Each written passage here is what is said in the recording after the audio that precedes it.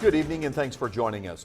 Addiction and abuse of powerful opioid drugs has become an epidemic across the Hoosier State. Yes, it has. Working to combat the issue, 4 Indiana health centers have won $1.5 million in federal funding. And one of the lucky winners happens to be right here in the Wabash Valley. News 10's Lindsay Yates has more on the efforts to reduce the risk of overdoses. It's the drug problem gripping the Wabash Valley. Really, the last several weeks, it seems like more and more reports are coming out that include our patient population. Dr. Julia Werns with Valley Professionals Health Center in Clinton is talking about reports of overdoses as the number of people in the area abusing heroin and prescription painkillers is on the rise. It's emotional.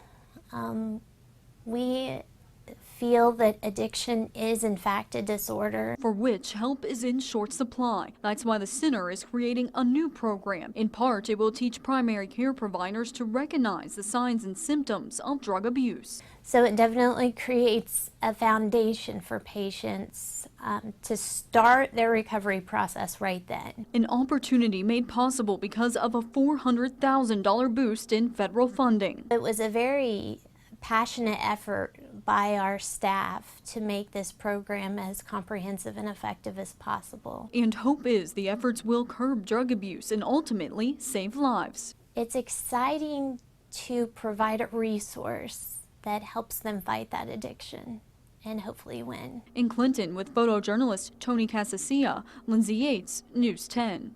On the heels of the extra funding, the CDC has issued new guidelines for prescribing addictive painkillers. The recommendations include when treating chronic pain, doctors should use therapies before turning to medication. For a list of the changes, head over to our website, WTHI-TV.com.